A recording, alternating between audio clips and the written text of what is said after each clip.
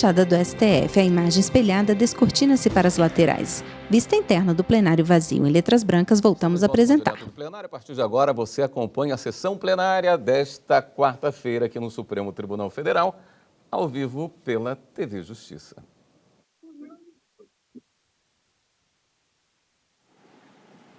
Vista geral da bancada em formato da letra U invertida. Os ministros tomam seus assentos. Obrigada, podemos nos sentar. Obrigada. A ministra Rosa Weber, presidente do STF, ocupa o centro da bancada. 32ª sessão ordinária. Ao fundo, vemos a parede de mármore clara com um brasão dourado ao centro. 9 de novembro de 2022. Saúdo os meus eminentes pares,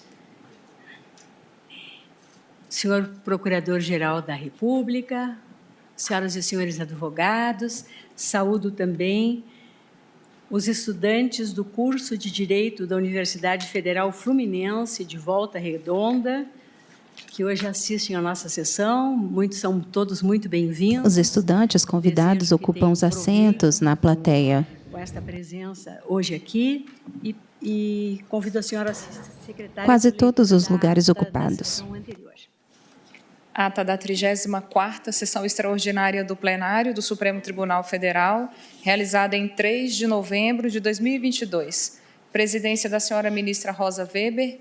A assessora-chefe do plenário, Carmen Lilian Oliveira de Souza, está em pé à direita da ministra Rosa Weber. Ela tem pele clara, cabelos castanhos, claros, lisos, compridos abaixo dos ombros.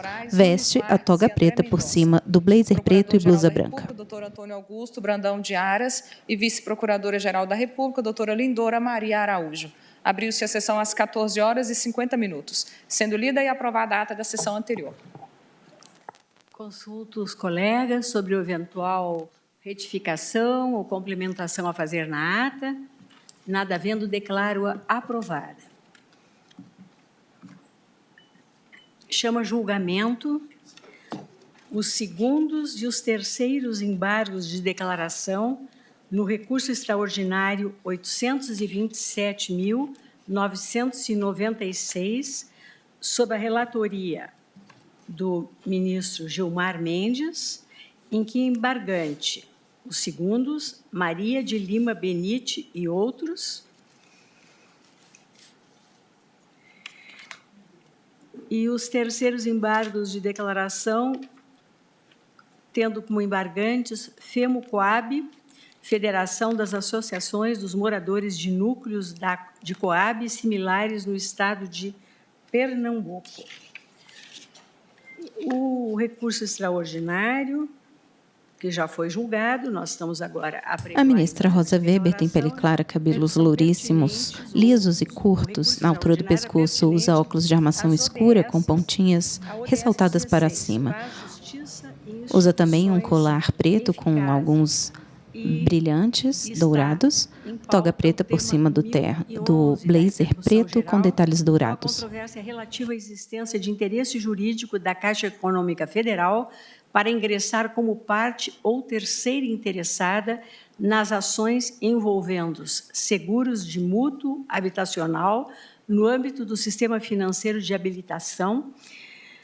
habitação e, consequentemente, a competência da Justiça Federal para o processamento e o julgamento das ações dessa natureza. Existem 12.806 processos sobrestados. Esses embargos de declaração foram colocados no plenário virtual e houve destaque pelo ministro Edson Fachin.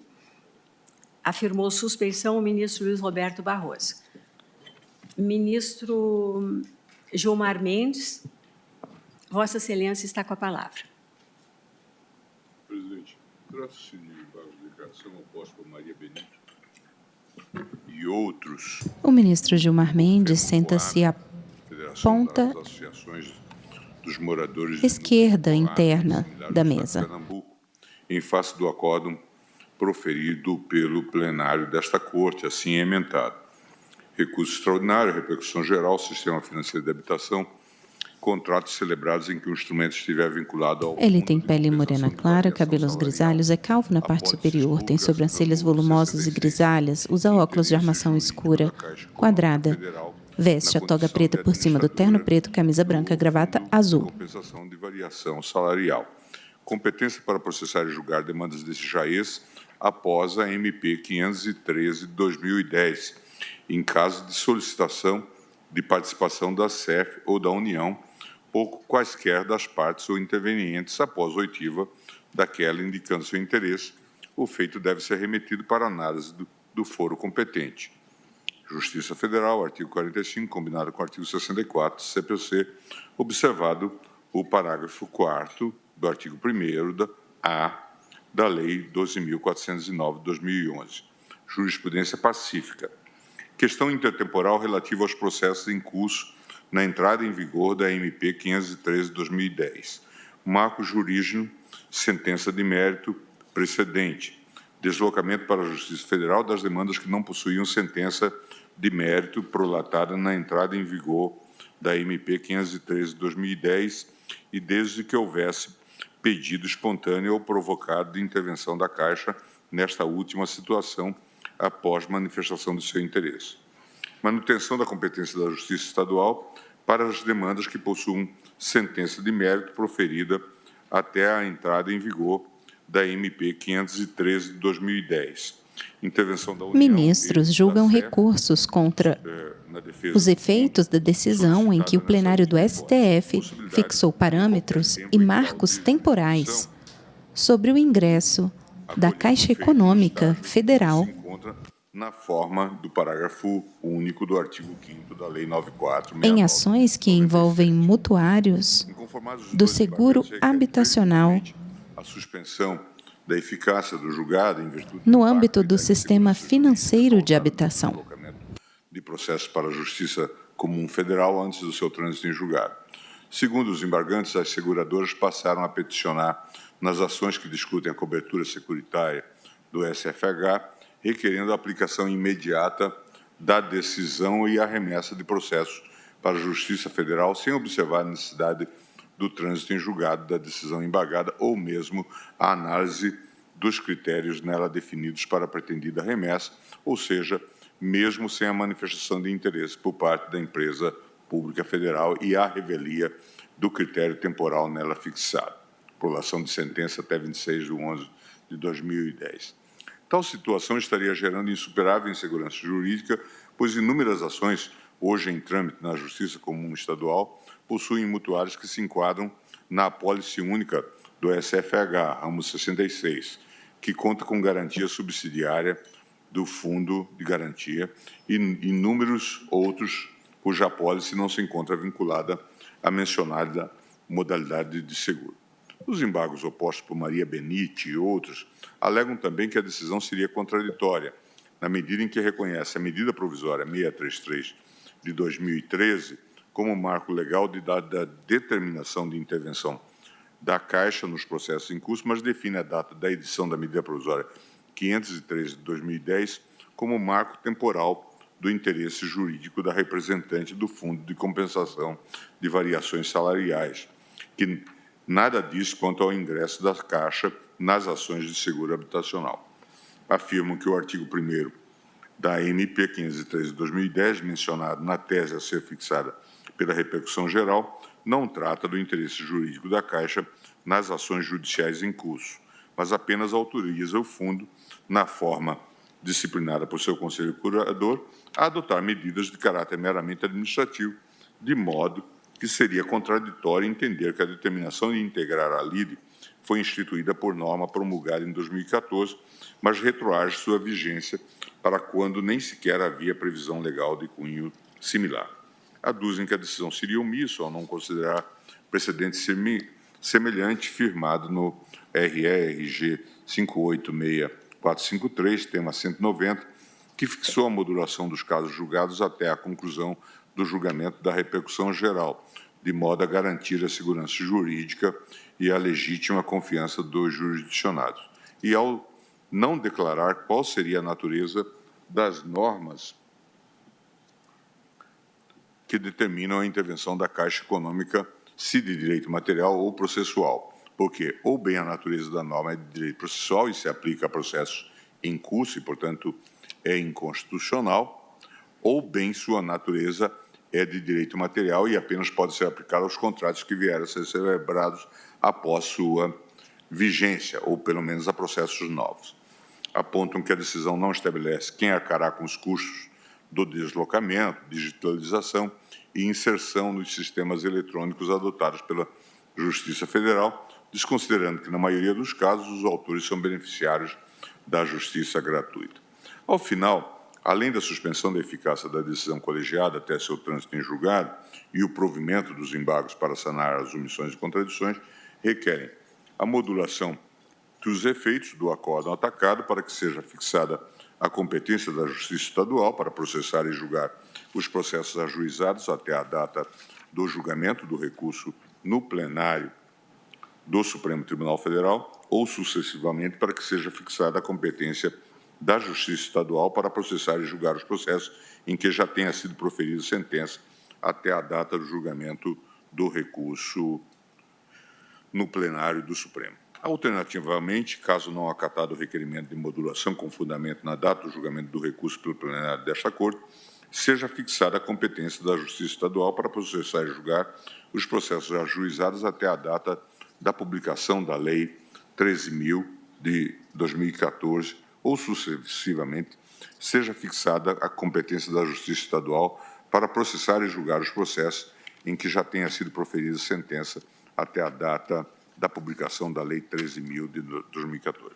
Ministros julgam recursos contra os efeitos da decisão em que o plenário do STF fixou parâmetros em marcos temporais sobre o ingresso da Caixa Econômica Federal em ações que envolvem mutuários do seguro habitacional no âmbito do Sistema Financeiro de Habitação. Quem vota é o ministro Gilmar Mendes. Para processar e julgar os processos ajuizados até a data de julgamento do recurso no plenário do Supremo, ou pelo menos para que seja fixada a competência da Justiça Estadual para processar e julgar os processos em que já tenha sido proferida sentença até a data do julgamento do recurso no plenário do Supremo Tribunal Federal, nos termos do paradigma desta Corte, no RE-RG 594435, e aduz justificativas a propósito. Argumenta que o acordo teria sido omisso em relação à situação em que a Caixa também atua como agente financeiro, requerendo que seja esclarecido se a Caixa também poderá intervir no polo passivo das ações de seguro habitacional, pedindo a improcedência da ação que visa a reconstrução de imóvel hipotecado com vícios de construção, mesmo quando ela também figurar como credora hipotecária nos contratos de financiamento do sistema financeiro de habitação, posto que, se assim o fizer, estará litigando contra o seu crédito hipotecário, contrariando previsão do seu Estatuto Social, violando o artigo 2º, a linha C do Decreto-Lei 759/69. Assevera que o acórdão embargado seria obscuro em relação ao pagamento do FCVS garantia, porquanto o voto declara este fato, porém a tese firmada fala apenas em FCVS, requerendo que seja sanada a pequena omissão para declarar que o pagamento da indenização ocorrerá pelo FCVS garantia subconta do FCVS, nova nomenclatura do FESA, Fundo de Equalização de Sinistralidade, conforme declaração emitida pela controladora do SH.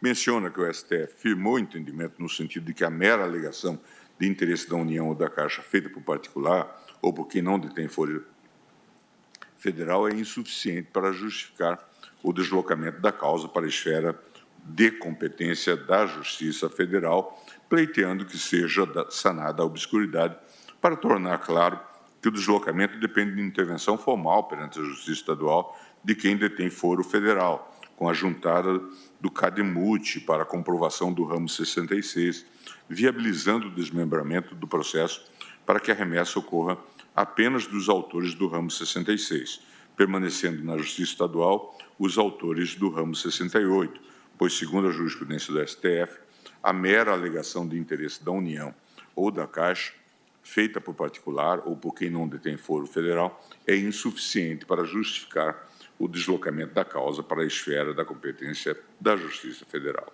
AI 814-728. Afirma que não constou expressamente da tese delimitada no processo sobre a obrigatoriedade de preservação de todos os atos processuais praticados perante a Justiça Estadual nos processos que venham a ser deslocados para a Justiça Federal, conforme expressamente disposto no parágrafo 4º do artigo 1º-A da Lei 12.409 de 2011, com redação dada pela MP 633 de 2013, convertida na Lei 13.000 de 2014, sem qualquer retrocesso processual. Aduz que haveria ainda omissão no tocante à modalidade de intervenção da Caixa nas ações do ramo 66, se assistente simples, assistente litisconsorcial ou se substituto processual, aos custos de deslocamento, de digitalização dos autos e de inserção no sistema do PJE da Justiça Federal, o qual deve ficar a cargo das seguradoras e da Caixa Econômica Federal, que têm interesse nesse deslocamento e atuaram para dar causa a esses custos com a superação da jurisprudência, posto que os mutuários, ao ajuizarem suas ações perante a Justiça Estadual, estavam agindo de acordo com a jurisprudência vigente, além de serem notoriamente hipossuficientes.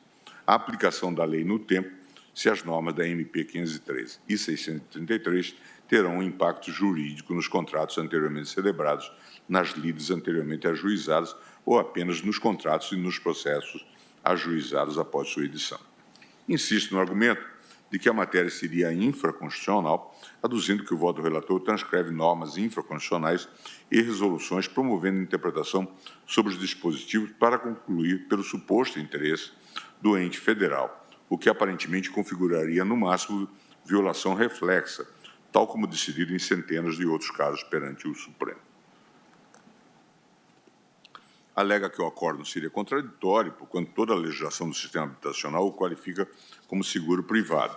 Assim, designar o seguro público, confundindo com o FCVS garantia, importaria em contradição objetiva em se utilizar a legislação que criou o seguro privado para designar o seguro público. Ao final, requer que seja atribuído efeito suspensivo aos embargos de declaração até o julgamento dos presentes embargos. A modulação dos efeitos do acórdão atacado para que seja fixada a competência da Justiça Estadual para processar e julgar os processos ajuizados até a data de julgamento do recurso no plenário do Supremo, ou pelo menos para que seja fixada a competência da Justiça Estadual para processar e julgar os processos em que já tenha sido proferida sentença até a data do julgamento do recurso no plenário do Supremo, nos termos do paradigma RE 594-435. Que se esclareça se a Caixa Econômica poderá intervir no polo passivo das ações de seguro habitacional ou mesmo quando ela figurar como credora hipotecária nos contratos de financiamento do SFH, litigando contra seu crédito hipotecário. Que se declare que o pagamento da indenização se dará pelo FCVS Garantia, subconta do FCVS. Que seja sanada a obscuridade para tornar claro que o deslocamento depende de intervenção formal perante a Justiça Estadual de quem detém foro federal, com a juntada do CADIMUT para a comprovação do ramo 66. Que seja sanada a omissão para incluir na tese que todos os atos processuais realizados pela Justiça Estadual ou na do Distrito Federal devem ser aproveitados na Justiça Federal, na forma da lei. Que seja sanada a omissão para determinar que os custos de deslocamento, de digitalização dos autos e de inserção no sistema do PJE da Justiça Federal fique a cargo das seguradoras e da Caixa Econômica Federal. Que nos casos em que houve deferimento de tutelas de urgência em razão da interdição dos imóveis pelo poder público, em razão do risco iminente de desmoronamento, seja determinada a continuidade dos depósitos dos aluguéis nas mesmas contas bancárias atuais, para que não haja risco de descontinuidade durante o deslocamento dos processos. Que seja sanada a omissão e esclarecido qual é a modalidade de intervenção da Caixa nas ações do ramo 66. Que seja sanada a omissão e apreciado se efetivamente há violação direta à Constituição ou apenas violação reflexa. Que seja sanada a omissão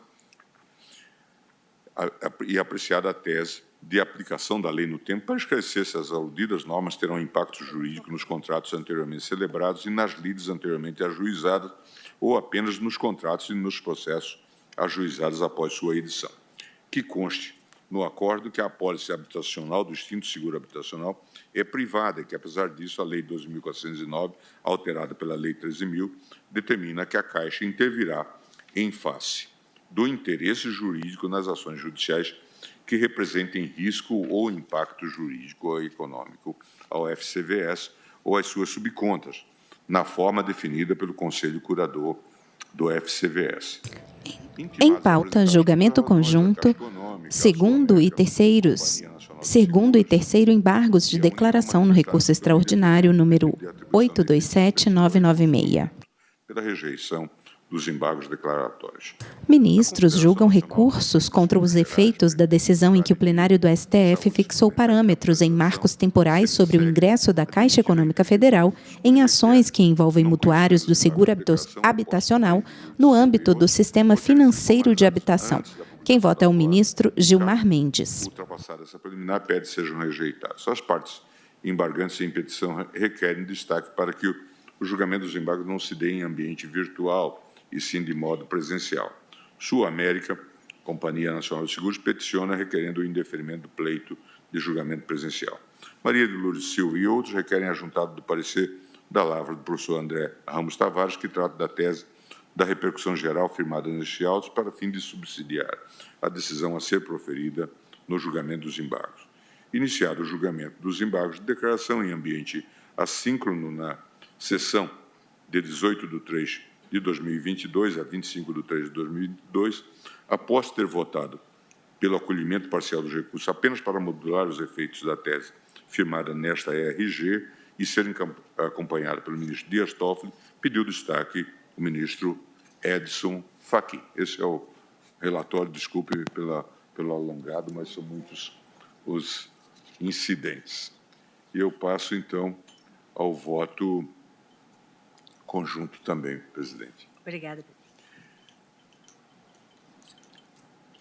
Trata-se de embargos de declaração opostos contra acordo relativo ao julgamento do tema 1011 da repercussão geral. Naquela oportunidade, esta Corte assentou que, após a edição da MP 513 de 2010, quando houver manifestação espontânea ou provocada de interesse da Caixa Econômica, compete à Justiça Federal processar e julgar demandas concernentes a contratos celebrados no âmbito do sistema financeiro de habitação, com instrumento vinculado ao Fundo de Compensação da Variação Salarial, apólices públicas, ramos 66.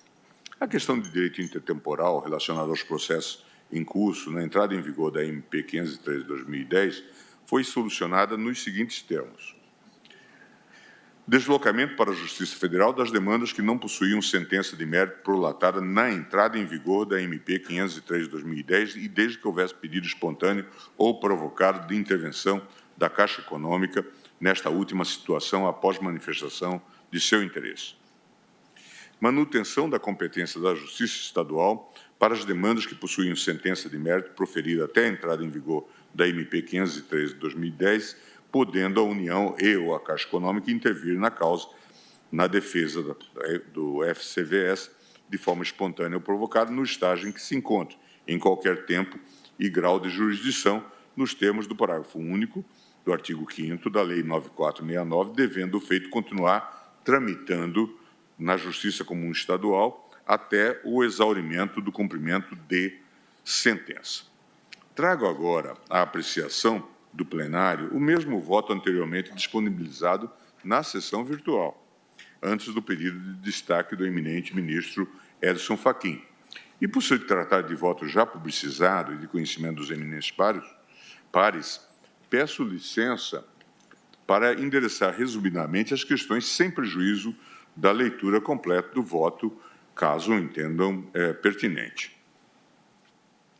Os embargos de declaração veicularam supostas omissões, contradições e obscuridades no acordo embargado. Em síntese, buscou-se o esclarecimento dos seguintes pontos: marco jurídico da intervenção da Caixa, não observância do precedente firmado no RE-RG 586-453, tema 190, relativamente à modulação dos efeitos. Natureza das normas que determinam a intervenção da Caixa Econômica, se de direito material ou processual. Responsabilidade pelos custos de deslocamento, digitalização e inserção dos sistemas eletrônicos adotados pela Justiça Federal. Omissão em relação à situação em que a Caixa também atua como agente financeiro. Pagamento pelo FCVS, garantia subconta do FCVS, nova nomenclatura do FESA, Fundo de Equalização de Sinistralidade. Meio de prova do ramo 66. Obrigatoriedade de preservação dos atos processuais praticados perante a Justiça Estadual. Rediscussão da natureza infraconstitucional da matéria. Forma de intervenção da Caixa Econômica, assistente simples, litisconsocial, substituto processual. E normas legais e contábeis que qualificam o SH e FSH como recurso privado. No voto que juntarei aos autos, analisei circunstanciadamente cada uma das alegações e concluí que são impertinentes e decorrem de mero inconformismo com a decisão adotada por este tribunal, uma vez que os embargantes não trouxeram argumentos com as vênias de estilo suficientes a infirmá-la, visando apenas a rediscussão da matéria, já decidida de acordo com a jurisprudência desta Corte. Reputo necessário, porém, apreciar com mais vagar o pedido de modulação de efeitos da decisão, também veiculado nos embargos de declaração. Eu cito, então, o artigo 27 da Lei 9868, que diz: ao declarar a inconstitucionalidade de lei ou ato normativo e tendo em vista razões de segurança jurídica ou de excepcional interesse social, poderá o Supremo, por maioria de 2/3 de seus membros, restringir os efeitos daquela declaração ou decidir que ela só tenha eficácia a partir do seu trânsito em julgado ou de outro momento que venha a ser fixado. Por sua vez, o parágrafo 3º do artigo 927 do Código de Processo Civil de 2015 preconiza que os tribunais devem uniformizar sua jurisprudência e mantê-la estável, íntegra e coerente. E o parágrafo 3º diz: na hipótese de alteração de jurisprudência dominante do Supremo e dos tribunais superiores ou daquela oriunda de julgamento de casos repetitivos, pode haver modulação de efeitos da alteração no interesse social e no da segurança jurídica. Anoto que a conclusão do julgado está em consonância com a lei e com a jurisprudência de longa data desta Corte, conforme expressamente consignado no acórdão embargado. Isso porque o marco temporal foi fixado tão somente após a edição da referida medida provisória, 513/2010, marco jurídico em que o FCVS passou a garantir expressamente não só o equilíbrio atuarial, mas também todas as obrigações concernentes a tais apólices do seguro obrigatório. Somente após a entrada em vigor da MP 503/2010, reconheceu-se a possibilidade de a Caixa Econômica, na condição de administradora do FCVS, intervir em demandas securitárias, envolvendo a apólice acobertada pelo Erário Federal, ramo 66. Até tal marco jurídico, inexistiam dúvidas de que a competência para processar e julgar tal espécie de demanda era da Justiça Estadual, salvo a anterior declinação expressa de interesse da Caixa ou da União. E mais, conforme já dito, a alteração legislativa procedida pela MP 503/2010 só será aplicável aos processos que estivessem tramitando na fase de conhecimento antes da sentença de mérito, não sendo, por outro lado, possível a incidência da novel norma caso tenha ocorrido a prolação de sentença na fase de conhecimento antes da vigência do novel diploma. Exatamente nesse sentido, após a mudança operada pela Emenda Constitucional 45 de 2004, a respeito da competência quanto às demandas que envolviam um acidente de trabalho da Justiça Estadual para trabalhista, esta Corte editou a súmula vinculante 22, a saber: a Justiça do Trabalho é competente para processar e julgar as ações de indenização por danos morais e patrimoniais decorrentes de acidente de trabalho propostas por empregado contra empregador, inclusive aquelas que ainda não possuíam sentença de mérito em primeiro grau, quando da promulgação da Emenda Constitucional 45 de 2004. Naquela oportunidade, fixou-se como marco jurídico a existência ou não da sentença, na data da entrada em vigor da Emenda Constitucional 45, para discernimento quanto à manutenção da competência da Justiça Estadual ou seu deslocamento para a Justiça do Trabalho, de sorte que restou adotado o mesmo parâmetro, sentença de mérito em primeiro grau. Nesse ponto, destaque-se que já houve uma espécie de modulação realizada no próprio julgamento de mérito. Com efeito, o marco jurídico escolhido no item 3.3 do voto de mérito, intertemporalidade, para determinar a competência da Justiça Federal, foi a existência ou não de sentença de mérito prolatada na data da entrada em vigor da MP 513 de 2010. De outro lado, reforça-se que não houve alteração da jurisprudência desta Corte, a qual sempre foi firme no sentido de que, havendo interesse de quaisquer das pessoas jurídicas declinadas no artigo 109.1 da Constituição, o feito deveria ser remetido para a Justiça Federal, a quem competiria a análise final daquele interesse. Acolher as teses recursais em sua integralidade equivale a rejulgar o tema e perpetuar a contrariedade à jurisprudência da Corte, o que não pode ser tolerado em um Estado democrático de direito, tendo em vista que a última interpretação constitucional deve ser a da Corte Constitucional. Todavia, diante das dramáticas situações expostas pelos embargantes e da prudência que tem marcado a atuação desta Corte quanto às consequências de decisões proferidas em sede de controle difuso ou concentrado de constitucionalidade, penso que os processos que já haviam transitado em julgado na fase de conhecimento, antes da publicação da ata de julgamento, 13/7/2020, devem ser mantidos in totum, restando de igual modo inadmitida futura ação rescisória. Dito de outro modo, serão atingidos pelo resultado do julgamento de mérito deste recurso extraordinário, submetido à sistemática da repercussão geral, apenas os processos que estivessem tramitando em qualquer instância do Poder Judiciário, incluindo a fase recursal, na fase de conhecimento, ou seja, sem trânsito em julgado, em 13/7/2020. Consequentemente, os feitos que transitarem em julgado na fase de conhecimento antes de 13/7/2020 terão a eficácia preclusiva da coisa julgada mantida em razão da primazia da segurança jurídica e não poderão ser objeto de futuro questionamento no mesmo ou em outro processo, ação rescisória, por fazer parte da própria tese fixada pela Corte no julgamento de mérito. Essa solução atende, a meu ver, ao disposto no artigo 535, parágrafo 5º e seguintes do CPC, segundo o qual, ausente a modulação dos efeitos da decisão, parágrafo 6º, se a decisão do STF for proferida antes do trânsito em julgado do pronunciamento jurisdicional exequendo, caberá simples alegação de inexigibilidade do título judicial em contrariedade àquela posição da Corte Constitucional, a despeito da eficácia preclusiva da coisa julgada. Se for posterior àquele, caberá ação rescisória. Parágrafo 8º. Sobre o tema, tive a oportunidade de assentar em sede doutrinária.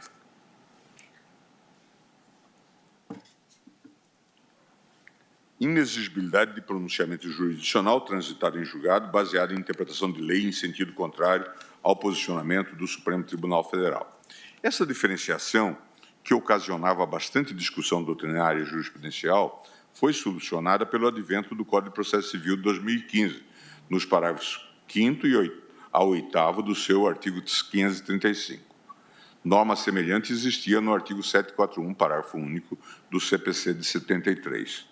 No nível infraconstitucional, o ordenamento jurídico possui dois remédios cabíveis para a solução dessa incongruência: impugnação em sede de cumprimento de sentença, com base na inexigibilidade do título judicial transitado em julgado, parágrafo 5º do artigo 535 do CPC, e ação rescisória, parágrafo 8º do artigo 535 do CPC. Julgamento conjunto, segundo e terceiro, embargos de declaração no recurso extraordinário número 827996. Ministros julgam recursos contra os efeitos da decisão em que o plenário do STF fixou parâmetros em marcos temporais sobre o ingresso da Caixa Econômica Federal em ações que envolvem mutuários do seguro habitacional no âmbito do sistema financeiro de habitação. Vota o ministro Gilmar Mendes. Seja por aplicar norma em situação ou com um sentido inconstitucionais. Ou a sentença exequenda tenha deixado de aplicar norma reconhecidamente constitucional. E desde que, em qualquer dos casos, o reconhecimento desta constitucionalidade ou inconstitucionalidade tenha decorrido de julgamento do STF realizado em data anterior ao trânsito em julgado da sentença exequenda. Em 2018, prossigo eu nesse pronunciamento doutrinário, esse posicionamento foi reafirmado no RE 611-503 da relatoria do ministro Teori Zavascki, redator para o qual do ministro Edson Fachin, fixando a tese do tema 360 da sistemática de repercussão geral e com as mesmas diretrizes da ADIM em relação ao artigo 475-L, parágrafo 1º, e artigo 741, parágrafo único, ambos do CPC de 73. Portanto, se a decisão judicial em contrariedade ao posicionamento do Supremo transitou em julgado depois dessa manifestação do Supremo, cabe simples petição de inexigibilidade do título judicial na fase de cumprimento de sentença, ainda que a matéria esteja cobertada pelo manto da coisa julgada, para que prevaleça a orientação do tribunal responsável pela interpretação final das normas constitucionais. Isto se justifica na medida em que, na hipótese de o título judicial transitado em julgado conflitar com a aplicação ou interpretação judicial definida pela Suprema Corte, o princípio constitucional da coisa julgada deve ter seu âmbito de incidência atenuado para ceder à força normativa da Constituição, mormente quando foi estabelecido antes do trânsito em julgado da decisão que se busca declarar inexigível. Esta é uma Constituição que, como nós sabemos, vem da alteração do artigo 741 e tem a ver com a convivência desses nossos dois modelos, o modelo misto, né, com decisões do Supremo e as decisões das instâncias ordinárias. É um esforço que se faz dessa compatibilização, né? De outro lado, caso o posicionamento do Supremo, ao interpretar a lei ou ato normativo, tenha baseado em sentença ou acordo transitado e julgado em contrariedade àquele entendimento, sobrevém em momento posterior à formação da coisa julgada, a ferramenta disposta na legislação processual é a ação rescisória, que é o parágrafo 8º do artigo 535.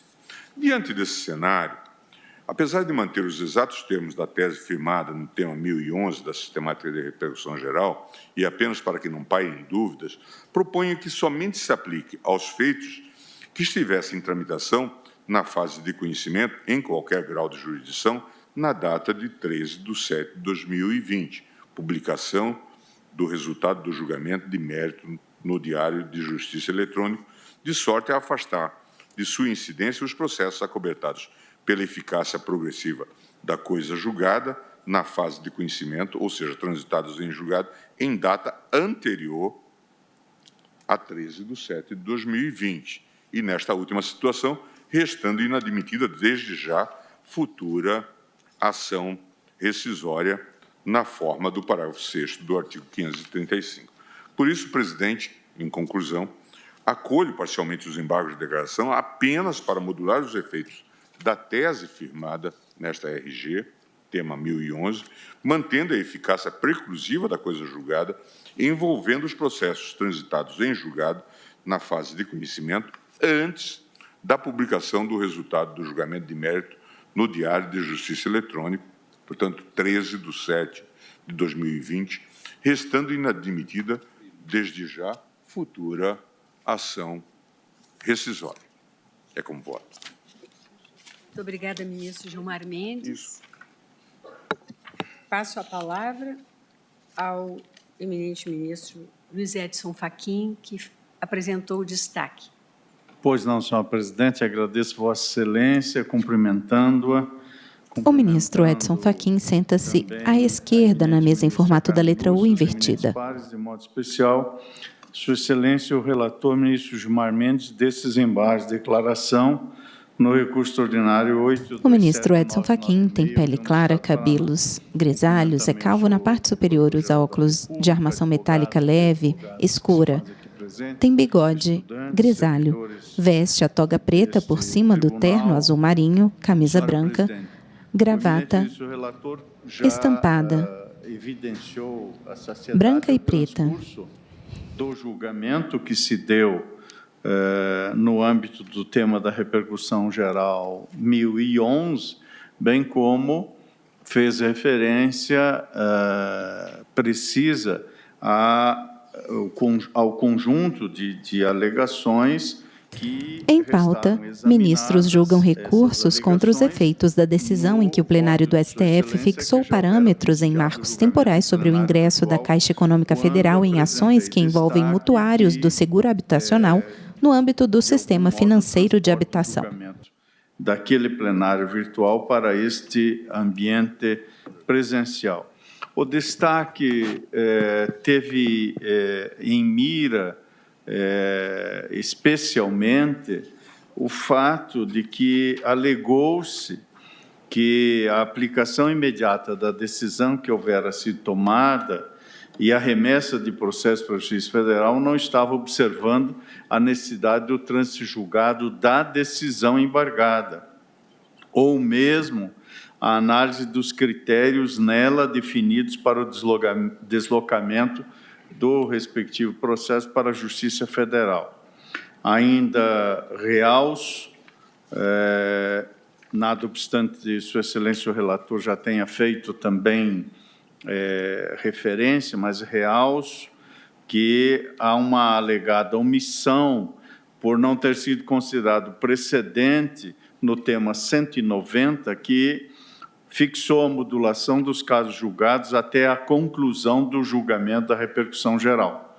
E isso de modo a garantir a segurança jurídica e a legítima confiança dos jurisdicionados. E, no final do pleito, deduzem a pretensão da modulação, que está sendo parcialmente acolhida por Sua Excelência, o ministro Gilmar Mendes, e o fazem com um pedido disjuntivo. De um lado, fixada seja a competência da Justiça Estadual para processar e julgar os processos ajuizados até a data do julgamento do recurso no plenário do Supremo Tribunal Federal, ou, pelo menos, fixada a competência da Justiça Estadual para processar e julgar os processos em que tenha sido proferida a sentença até a referida data. Eu verifico que a conclusão de Sua Excelência é no sentido de acolher parcialmente os embargos de declaração para modular os efeitos da tese firmada na repercussão geral. Portanto, aqui já está a primeira área de confluência das percepções.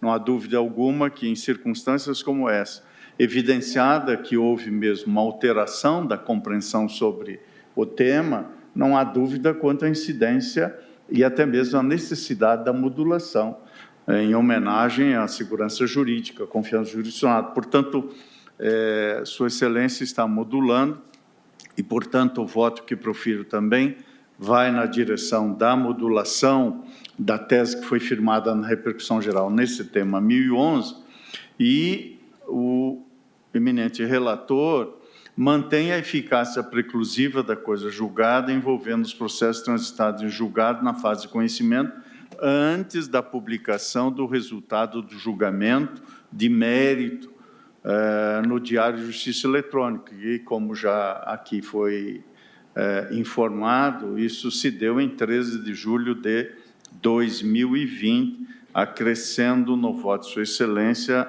a inadmissão de futura ação rescisória.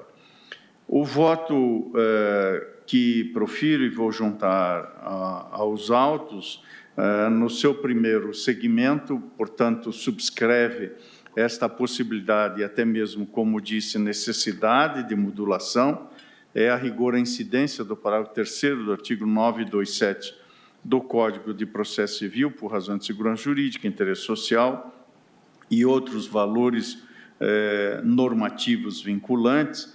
E, do ponto de vista da conclusão, a questão que se coloca é saber se nós vamos preservar os processos em trâmite ou somente aqueles que já tiveram decisão transitada em julgado. Independentemente do juízo de valor que se possa fazer sobre essa matéria e da percepção pessoal que já houver exarado na circunstância do julgamento do mérito anteriormente, o item 7 da ementa que fixou o tema da repercussão geral me parece não deixar dúvida. Manutenção da competência da Justiça Estadual para as demandas que possuam sentença de mérito proferida até a entrada em vigor da medida provisória.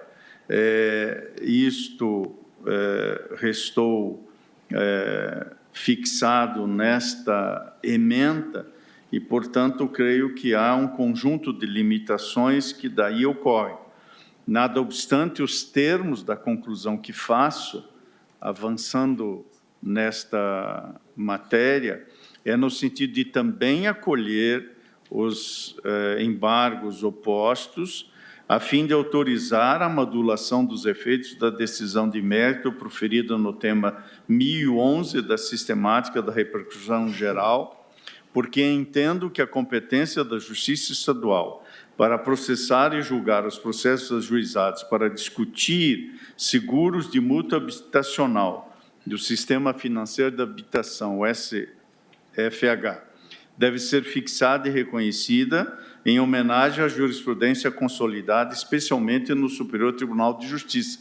Há dois temas repetitivos lá que geraram esta segurança e esta orientação, os temas 50 e 51 do regime de recursos repetitivos, até a data do julgamento do mérito do recurso paradigma do tema 1011 da sistemática da repercussão geral, no plenário do Supremo Tribunal Federal, com efeitos a partir da publicação da referida decisão de mérito no Diário de Justiça Eletrônico, ou seja, 13 de julho de 2020. Portanto, substancialmente, meu voto vai ao encontro do voto proferido pelo eminente ministro relator, nos limites daquilo que houvera antes sido decidido. De modo que o destaque não aponta a rigor nenhuma dissonância substancial, foi um modo apenas de elucidar essa matéria e trazer a colação, e é como voto, acompanhando Sua Excelência o relatório. Muito obrigada, ministro Fachin. Colho os votos dos demais ministros, começando pelo ministro André Mendonça. Minha saudação, senhora presidente, ministra Rosa Weber. Meus cumprimentos também. O ministro André Mendonça senta-se à ponta da bancada à direita. Ministro Gilmar Mendes, relator deste recurso de embargos de declaração, aos demais ministros, ao senhor Procurador-Geral da República, aos nobres advogados que aqui se fazem presentes, também aos estudantes, respectivos professores. O ministro André Mendonça tem pele clara, cabelos grisalhos, usa óculos de armação metálica leve, veste a toga preta por cima do terno azul marinho, camisa branca, gravata cinza. Ministros julgam recursos contra os efeitos da decisão em que o plenário do STF fixou parâmetros em marcos temporais sobre o ingresso da Caixa Econômica Federal em ações que envolvem mutuários do seguro habitacional no âmbito do sistema financeiro de habitação. Uma forte carga infringente de modificação do julgado. Reconheço o esforço dos advogados, parecer, por exemplo, do professor André Ramos Tavares, com bastante substância de elucidação da defesa da tese dos embargos. Não obstante, atender aos embargos seria revisitar toda a matéria de fundo já decidida por este Supremo Tribunal Federal. Desse modo, reconhecendo a necessidade e conveniência, também como apontou o relator, apenas de aclarar a questão nos termos da sua tese no tocante a ação rescisória e respeito à coisa julgada, eu acompanho integralmente o voto do eminente relator, assim como já o fez o ministro Luiz Edson Fachin, para acolher parcialmente os embargos de declaração, apenas para modular os efeitos da tese firmada nesta repercussão geral de número 1011, mantendo a eficácia preclusiva da coisa julgada envolvendo os processos já transitados em julgados na correspondente fase de conhecimento, antes da publicação do resultado do julgamento do mérito no Diário de Justiça, ocorrido no dia 13 de julho do ano de 2020. É como voto, senhora presidente. Obrigada, ministro André Mendonça. Colho o voto do ministro Nunes Marques. Senhora presidente, ministra Rosa Weber. O ministro Nunes Marques senta-se à ponta da bancada à esquerda. Senhor procurador-geral da... Ele tem pele morena clara, cabelos grisalhos. Senhora secretária da sessão, senhores advogados... Veste a toga preta por cima do terno azul marinho, camisa branca, gravata estampada de azul e branco. Consignados no meu voto, agrega ao que já foi dito pelos que me antecederam. Não verifico... Julgamento conjunto, segundo e terceiro, embargos de declaração no recurso extraordinário 827996. E concordo com os argumentos trazidos pelo eminente relator e o acompanho na inteireza, né? Acolho parcialmente os embargos de declaração para modular os efeitos do decidido no recurso extraordinário 827.996, relativo ao tema 1011 da repercussão geral, a fim de manter a eficácia preclusiva da coisa julgada, considerados os processos com trânsito em julgado na fase de conhecimento até a data de publicação do acórdão prolatado no exame do mérito do aludido recurso extraordinário, ou seja, 13 de julho de 2020. É como voto. Ministros julgam recursos contra os efeitos da decisão em que o plenário do STF fixou parâmetros em marcos temporais sobre o ingresso da Caixa Econômica Federal em ações que envolvem mutuários do seguro habitacional no âmbito do sistema financeiro de habitação. Excelência, ministra Rosa Weber, cumprimento a ministra Carmen. O ministro Alexandre de Moraes senta-se à direita na bancada ao lado do ministro André Mendonça. Da República, os servidores, os advogados.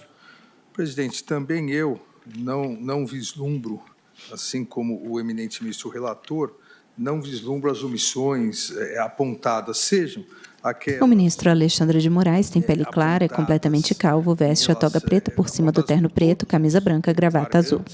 Seja a omissão alegada unicamente pela embargante Maria de Lourdes Silva e outros. Não me parece que tenha o acórdão deixado de analisar os casos, e aqui faço no voto, mas não cansarei, Vossas Excelências, cada um dos tópicos colocados. Não me parece que seja o caso da suspensão que foi pedida da eficácia do acórdão até o trânsito em julgado. Da mesma forma, não me parece aqui que não tenha sido analisado ou inobservado os precedentes e repercussão geral do tema 190, de redatoria do ministro Dias Toffoli, o tema 149 de minha relatoria. Outro ponto tocado, a questão da aplicação das medidas provisórias 513 de 2010 e 633 de 2013 sobre os contratos celebrados antes e depois da edição dessas normas, a depender da natureza jurídica.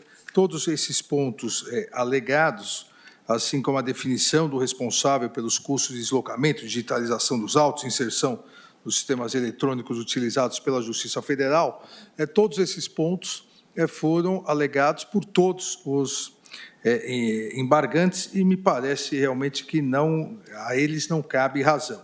Assim como a questão específica alegada, as omissões específicas alegadas pela embargante Maria de Lourdes Silva e outros, a questão de tornar claro que o deslocamento da competência para a Justiça Federal depende de intervenção formal perante a Justiça Estadual, com a juntada do CAD-MULTI para a comprovação do ramo 66, viabilizando o desmembramento do processo. Isso também foi analisado.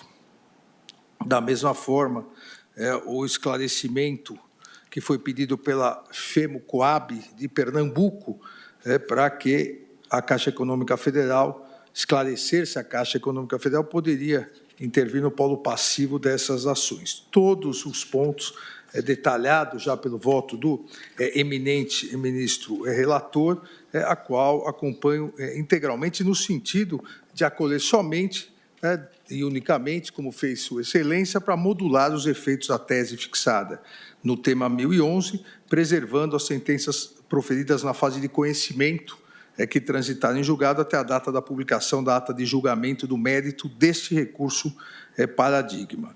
Então, e por decorrência lógica, não se admitindo ação rescisória para desconstituir esses trânsitos em julgado, até porque, como salientou Sua Excelência, seria fazer letra morta da própria modulação concedida. Acompanho o relator, presidente. Muito obrigada, ministro Alexandre de Moraes. Colho agora o voto do ministro Luiz Fux. Muito boa tarde, senhora presidente, ilustre representante do Ministério Público, egrégios integrantes da... O ministro Luiz Fux senta-se à esquerda na bancada. Civil, senhora presidente, quando tratou dos embargos de declaração, deu a ele uma feição de maior... Tem pele clara, cabelos grisalhos, lisos e volumosos.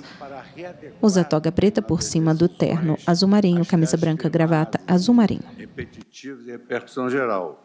E o Supremo Tribunal Federal tem dado vários exemplos de admitivos embargos de declaração para a modulação das decisões, na medida em que hoje um dos postulados mais importantes é o da segurança jurídica, que é prometida no artigo 5º da Constituição Federal. Já no plenário virtual, eu já estava acompanhando o ministro Gilmar Mendes, porquanto ele se cingia àquilo que o Supremo Tribunal Federal tem feito em relação à modulação das decisões. Então, eu acompanho integralmente o voto de Sua Excelência. Eu tenho umas anotações, mas eu não vou juntar voto escrito, vou acompanhar independentemente de juntada. Obrigada, ministro Fux. Colho agora o voto do ministro Dias Toffoli. Boa tarde, senhora presidente, na pessoa de Vossa Excelência. O ministro Dias Toffoli senta-se à direita na bancada. Acompanho o relator, senhora presidente. Obrigada, ministro Dias Toffoli. Ministra Carmen Lúcia, como vota Vossa Excelência?